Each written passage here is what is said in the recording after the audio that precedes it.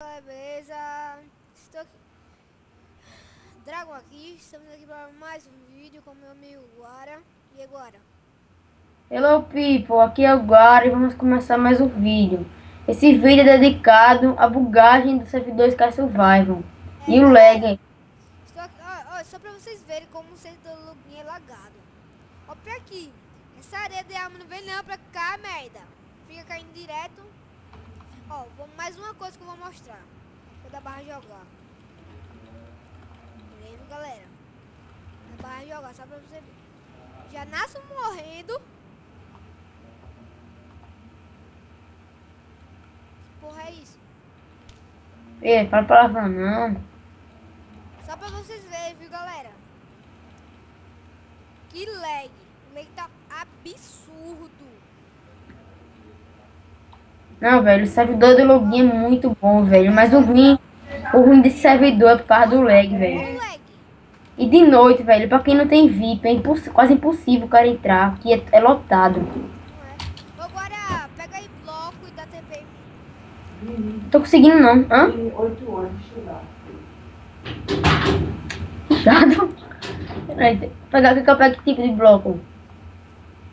Pegue muito. De que tipo? É um. Só pra gente chegar na base. Ah, deixa eu pegar aqui. Deixa eu pegar aqui bloco de. Ah, tenho não, bloco, gostei da base. Tem uma base grandona ali, se a gente quiser assim. Besteira, deixa aí. E galera, só pra vocês verem. Ó, eu vou começar ali. Fazer toda aquela uma. Você vai estudar. O tamanho. Só porque eu gravei esse daí sai. Ó. Que lag. Ó, é pra aí. Lag absurdo. O negócio se quebra sozinho.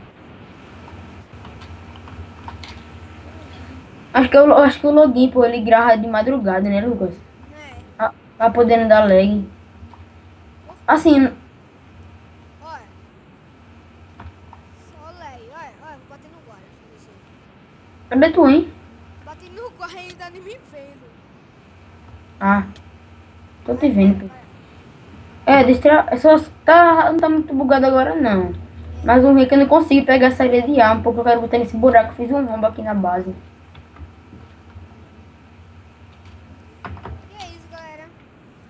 Vou ficar com esse vídeo por aqui, galera. Ah, hora de lag. Galera, falou. Pera aí, Miss, eu quero também mostrar minha melhor armadura. Falou, parça.